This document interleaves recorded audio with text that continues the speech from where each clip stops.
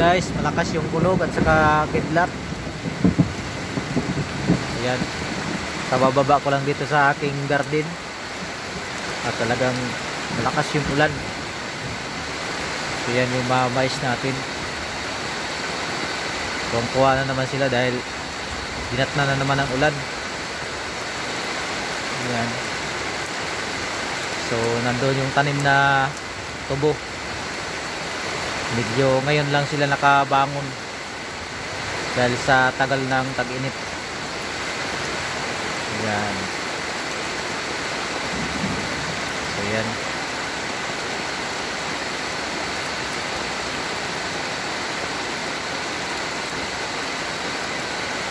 Ayan yung mga mais natin. Hanggang doon lang yan guys. So wala pa tong isang buwan. So mag-isang buwan pa lang siya.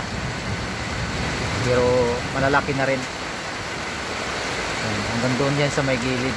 Meron pa doon.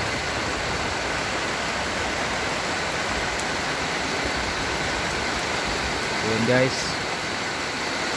ang lakas ng ulan.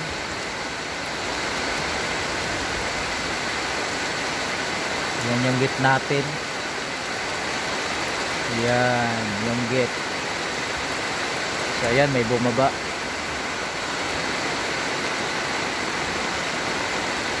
Na nakakaputi, nakaringkot.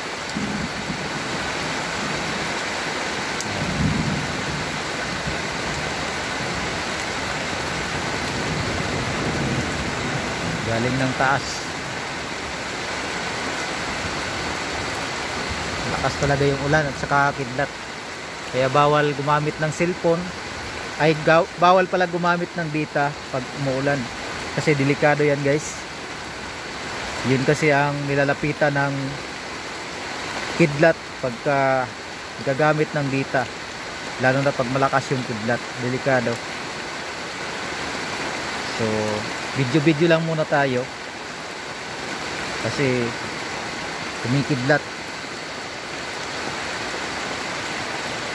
So yan.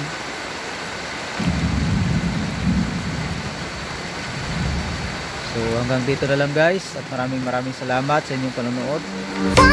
God bless po sa inyong lahat.